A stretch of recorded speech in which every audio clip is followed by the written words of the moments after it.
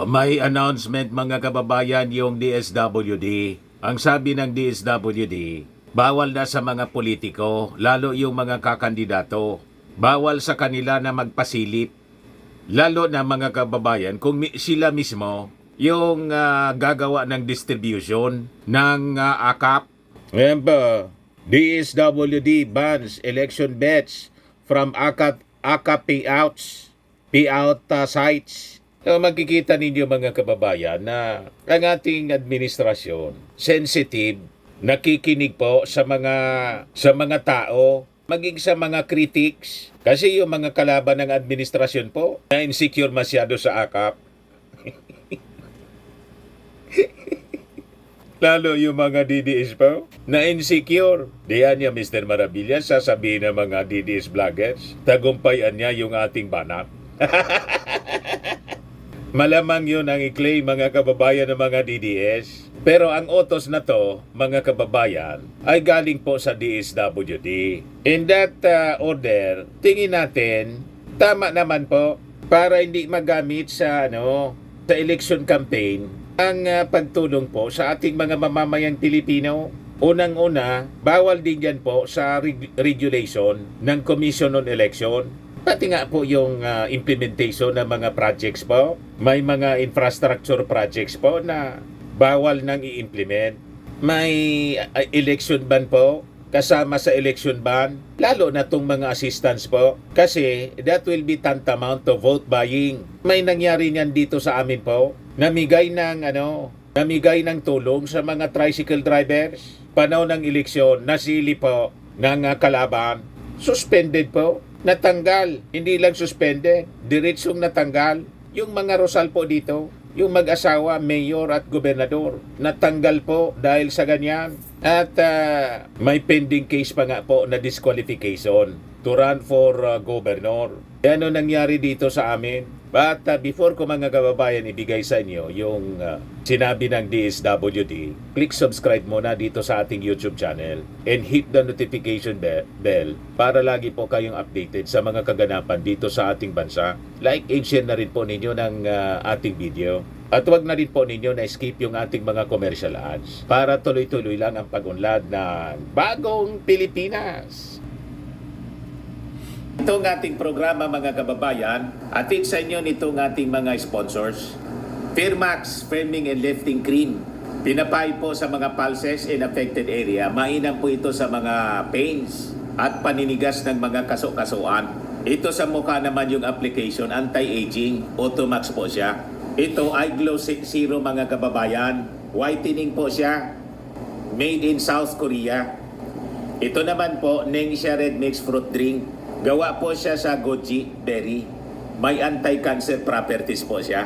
At sa mga naghanap po ng malinis and spacious fitness gym, pumunta lang po kayo sa aming Colossal Fitness Gym. May Grab car rental din po kami. At bills payment po sa aming office. At saka sa mga mahilig po sa mga imported bags, manood po kayo sa live selling ni Madam Eileen Rosales sa kanyang Eileen Closet po. Pati mga shoes, ito yung kanya po. Ito yung kanyang page. Kita ninyo, napakagandang mga online selling po siya. Si Madam Eileen Rosales. Cellphone number niya po, 773-798-7816. Balikan natin mga kababayan itong kwento na siguradong ikakatuwa ng mga DDS vloggers. Ayan po, DSWD bans election bets from AKAP payout sites. Di paano na yan yung mga congressmen na kalyado ng ating Speaker of the House, si Martin Romualdez. Alam naman po ng ating mga mamamayang Filipino na yung mga Duterte, pati mga Dilawan po, kontra sa AKAP. At ang nag-approve mga kababayan nitong AKAP, yung ating mga congressmen sa pamumuno po ni Speaker Martin Romualdez. So nakatanim na yon sa isip po ng ating mga mamamayang Pilipino. Kaya kahit hindi pumunta po yung ating mga congressmen diyan sa distribution ng AKAP, alam na nila na ang umakap sa kanila yung ating gobyerno sa pamumuno ng ating Pangulong Bongbong at saka po ni Martin Romualdez pinuno ng Congress. Di ba? Kasi yung mga Duterte po, kontra sa ayuda sa AKAP. Pati si Amy Marcos. Pero may mga distribution po ng DSWD, AKAP at AIX, nandun si Amy. Pati si Sara, nakisali. Pati si Bungo. Makikita po ninyo sa mga pictures. Kaya lang masyado sila na insecure mga kababayan. Kaya Martin Romualdez, kasi si Martin Romualdez ang susunod na Pangulo. O, di ba? So kahit hindi po pumunta sa mga distribution sites as it is banned by DSWD, alam na po ng ating mga mamamayang Pilipino kung sino yung author ng AKAP. Tama ba? Kaya siguradong hindi pupunta yung ating mga congressmen, mga politiko, lalo yung mga kandidato. Pero yung ating Pangulong Bongbong Marcos po, hindi man po siya bawal, hindi man po siya kandidato. Ayan o. So tama ito para hindi na mapolitika. Candidates in the midterm polls are banned from payout areas for the ayuda sa kapos ang kita program ng DSWD. Yan mismo mga kababayan yung sabi ni DSWD Secretary Rex Gatchalian. So sabi dito sa balita, the ban on candidates participating in the distribution of AKAP cash aid is among the guidelines that Gatchalian is formulating together with Labor Secretary Bienvenido Laguesma and Socio-Economic Planning Secretary Arsenio Balisacan for AKAP implementation. So tama po ito mga kababayan, para wala ng issue. Walang issue yung mga DDS na ginagamit po ito sa politika para sa vote buying ng mga kandidato ng administrasyon. Wala man pong ganon. Yung mga previous distributions po, kumbaga, yung bagong Pilipinas Servisyo Fair, parte yun ng whole of government approach. At siyempre, malayo pa man po yung eleksyon, minabuti ng ating mga leaders na isupervise yung distribution. Wala man pong masama doon. Kaya lang ngayon, palapit ng palapit yung eleksyon para walang masabi. Bawal ngayon sa mga kandidato. Wala tayong problema sa ganyan. Tama po para sa fair play sa panahon ng eleksyon. Sabi nga natin, hindi lang itong AKAP po, may mga certain infrastructure projects na kasama po sa election ban. Pati nga po sa mga appointments ng mga personnel, may election ban po. I must know kasi matagal tayo na naglingkod sa mainstream media. Lagi yon ang ating laman ng discussion sa mga interviews po sa mga COMELEC official sa panahon ng eleksyon. Kaya sabi ko nga dito sa Legazpi, sa Albay, yun ang naging dahilan kung bakit natanggal sa pagka-mayor at gobernador yung aming gobernador dito, yung mag-asawang Rosal. At ngayon nga po, yung kanyang asawa, si Mayor Rosal, si Geraldine Rosal, natanggal po as mayor. Nung isang buwan lang, nung December, kaya ang mayor namin dito si dating Ako Bicol Congressman Pido Garbin. Kasi dinesisyon na po ng Supreme Court as disqualified to run yung umupo na mayor. Yung gobernador na asawa niya, si Noel Rosal, ganun din yung sinapit. You see? So sabi ni Rex Gatchalian, ito niya yung first safety net for AKAP implementation. Yung pagbabawal sa mga kandidato from the payout area during the campaign period. So sa campaign period po, 45 days before the election yung campaign. Ngayon, pwede pa. O di ba? Kung may AKAP distribution ngayon, pwede pa. Kasi malinaw yung sinabi po ng DSWD during the campaign period.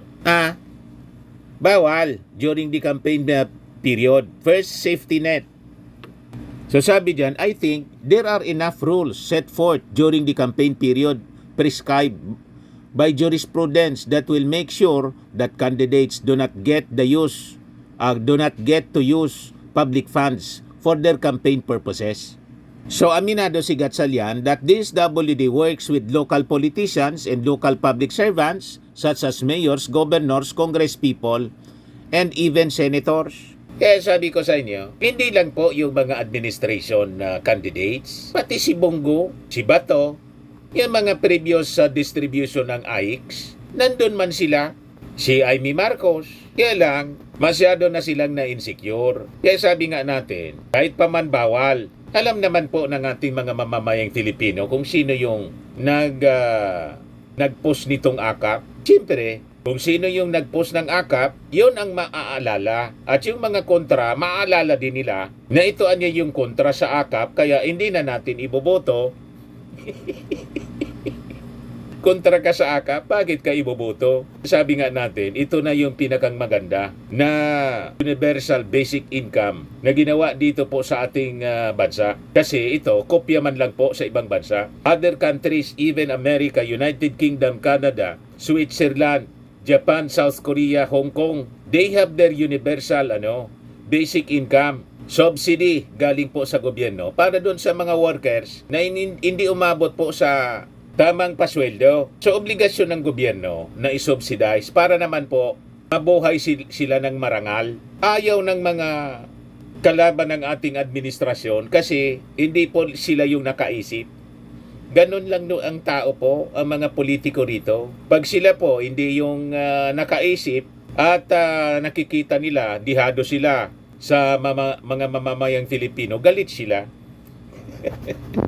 Pero sabi ni Martin Romualdez, tungkulin nating siguraduhin na walang sino mang Pilipino ang hindi maalalayan sa panahong ang tulong ay kanyang kinakailangan. Ayan sabi ni Martin, this is what governance means, not merely passing laws, but ensuring that these laws translate into hope and dignity for every Filipino family.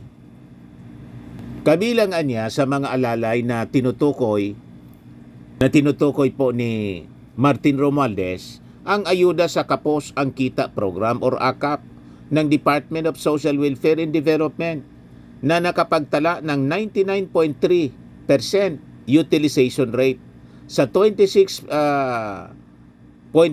bilyong pondo nito na pinakinabangan ng aabot sa 5 milyong Pilipino. Ayon kay DSWD Assistant Secretary Irene Dumlao. Akita ninyo? So ito talagang totoong pinakinabangan ng ating mga mamamayang Filipino. Transparent siya at may tamang sistema.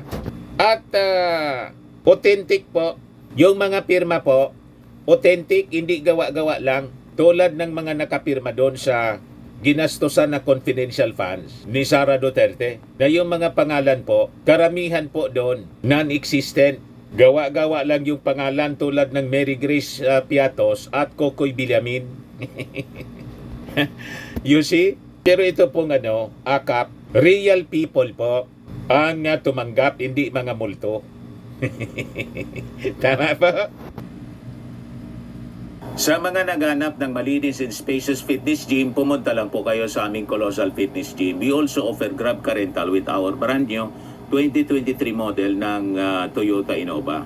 We also accept booking for those who are planning to travel via PAL, Cebu Pacific, and other airline companies, local and international, and bills payment for Meralco Bills, PLDT, Aleco Bills, etc. Ang Colossal Fitness Gym is located at 3rd floor Security Bank Building, Landco Business Park, Legazpi City, Albay. For inquiries, look for Chilon Maravillas. Contact number 0966-802-0949. Yan yung aming Innova. Lagi na pong matao sa amin. Pati mga foreigners po, tingnan ninyo. Mga British tourists sila. Ang lalaki ng katawan na, mga kababayan, nag-gym sa amin. Ito naman po, Indian National. Ito mga mga European sila. Ito naman yung bago naming product na binibenta online, Eye Glow Serum. Whitening po siya galing sa South Korea. Tingnan ninyo yung epekto sa aking anak na architect entrepreneur, Riz Maravillas. For inquiries, look for Riz Maravillas on FB. Ito naman po, Firmax Framing and Lifting Cream. Pinapahid po ito sa mga pulses and affected area. Mainam po ito sa mga pains at paninigas na mga kaso-kasuan. Ito po, Automax Radiant Serum. Sa mukha naman yung application. Anti-aging po siya. You will look 10 years younger than your age. Sa mga cancer patients naman po, baka lang gusto ninyo itong itry. Nengxia Red Mixed Fruit Drink. Hindi man po siya gamot, food supplement siya. Kaya lang, gawa siya mga kababayan sa goji berry. Yung goji berry may anti-cancer properties. Yung mga inquiries ninyo, dumiretso na lang kayo sa aming messenger sa Facebook para masagot namin agad. Ayos po? Ako po si Dante Maravillas. Bye-bye. God bless.